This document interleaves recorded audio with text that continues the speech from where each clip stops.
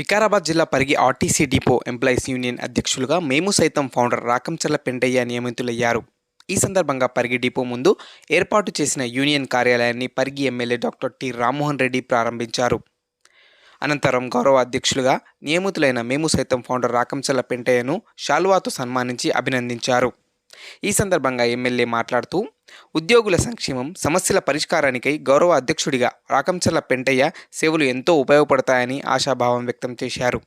ఉద్యోగుల సంక్షేమానికి ప్రభుత్వం కట్టుబడి ఉందని, యూనియన్ ఎన్నికలు జరిగిన వెంటనే ప్రభుత్వ ఉద్యోగులుగా మారుతారని అన్నారు. ఖచ్చితంగా యూనియన్ ఎన్నికల్లో కాంగ్రెస్ ప్రభుత్వం బలపరిచిన అభ్యర్థిని గెలిపించుకోవాలని ఆయన కోరారు.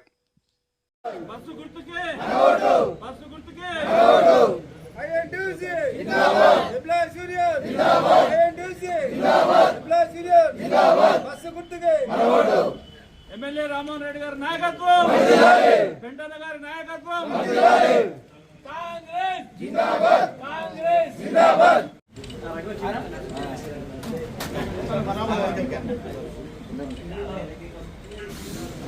మన ఆర్టీసీ ఎంప్లాయీస్ యూనియన్ తరఫున మన ప్రసాద్ వారి యొక్క కార్యవర్గ సభ్యులు, గౌరవ అధ్యక్షులుగా వెంకయ్య గారిని, అదేవిధంగా ఈ కార్యక్రమంలో పాల్గొంటున్నటువంటి ప్రతి ఒక్కరికి, డ్రైవర్లకు, కండక్టర్లకు, మెకానిక్లకు అందరూ కూడా పేరు పేరున నమస్కారం తెలియజేస్తూ చాలా సంతోషంగా ఉంది.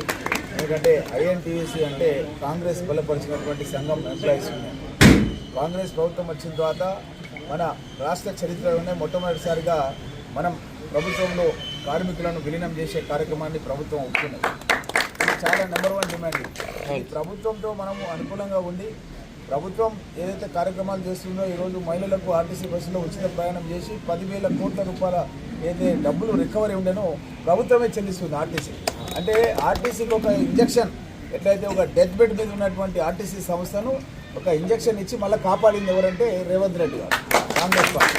లేకపోతే చాలా కష్టాల్లో ఉండే ఆర్టీసీ అట్లాంటి దాన్ని లాభాలకు తీసుకొచ్చి ఈరోజు ఉద్యోగులందరూ కూడా పర్మనెంట్ చేస్తూ వాళ్ళను మనకు గవర్నమెంట్ ఎంప్లాయీస్ కింద వాళ్ళని డిసైడ్ చేసింది. కాబట్టి ఇలాంటి సందర్భం లోపల మన ఎలక్షన్స్ కాగానే ఇమీడియట్లీ మీరందరూ గవర్నమెంట్ ఎంప్లాయీస్ అయిపోతారు. ఎందుకంటే దానికి ఏంటంటే ఎలక్షన్ చేయాలనేది ఆల్రెడీ గవర్నమెంట్ డిసైడ్ చేసింది. ఈ సందర్భంలో ప్రభుత్వానికి అనుకూలమైనటువంటి యూనియన్ ఉంటే మనకు అడ్వాంటేజ్ ఉంటుంది. కాబట్టి మీకు అందరికీ నా మనవి ఏంటంటే, ఇక్కడ లేని వాళ్ళకు కూడా మీరు చెప్పాలి. మీరు ఇక్కడ ఎవరైతే లేరో వాళ్ళందరూ కూడా మీరు ప్రచారం చేయాలి. చేసి ఖచ్చితంగా బస్సు గుర్తుకు మన ఎంప్లాయీస్ యూనియన్ అభ్యర్థి గెలిచే విధంగా మీరందరూ కూడా మీరు వర్క్ చేయాలని చెప్పి మిమ్మల్ని అందరూ కూడా కోరుకుంటూ, గతంలో కూడా ఆర్టీసీ డిపో గురించి నా సొంత ఎమ్మెల్యే ఫండ్స్ సాధారణంగా ఎమ్మెల్యేలు ఎవరు కూడా పెట్టారు, కానీ నేను మన బస్ స్టేషన్కి పెట్టి అక్కడ బస్ బేల్ కూడా కట్టించిన ఇదంతా కూడా తెలుసు. అదేవిధంగా మహిళల గురించి టాయిలెట్స్ కూడా నిర్మాణం చేయించిన గతం లోపల. ఇంకా కూడా చాలా ఆలోచనలు ఉన్నాయి మన పరిగి బస్ స్టేషన్ అభివృద్ధి చేయడానికి. నా యొక్క ప్రణాళిక ఉంది మన పరిగి బస్ స్టేషన్. మీరు చూడండి, ఎక్కడెక్కడ వేరే బస్ స్టేషన్ చూడండి, తాండూరు కానీ లేకపోతే చేవెళ్ళ కానీ, వాళ్ళు ఎవరు కూడా ఎక్కడ చేయలే. నేను ఒక్కనే ఎమ్మెల్యే ఫండ్ పెట్టి చేయించాను. కాబట్టి భవిష్యత్తులో కూడా ఆర్టీసీ పైన ఎవరికైతే అభిమానం ఉంటుందో అలాంటి నాయకత్వాన్ని మీరందరూ కూడా ఎంకరేజ్ చేయాలి. చేస్తేనే బాగుంటుంది.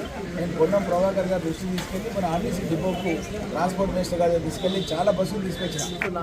ఇక్కడ కొంతమంది నా దగ్గర ఇట్లా నాతో పాటు పనిచేసిన వాళ్ళు కూడా ఆర్టీసీలో ఇవాళ ఎంప్లాయీగా జాయిన్ అయిన వాళ్ళు ఉన్నారు నా దగ్గర చాలామంది. మా నరసింహన్న కానీ చాలామంది ఉన్నారు అలాంటి వాళ్ళు. అయితే మీరు ఇవాళ ఒక పని ఏం చేశారంటే, ఒక పెంటన్నను సెలెక్ట్ చేసుకున్నారు. అహం లేని నాయకుడు,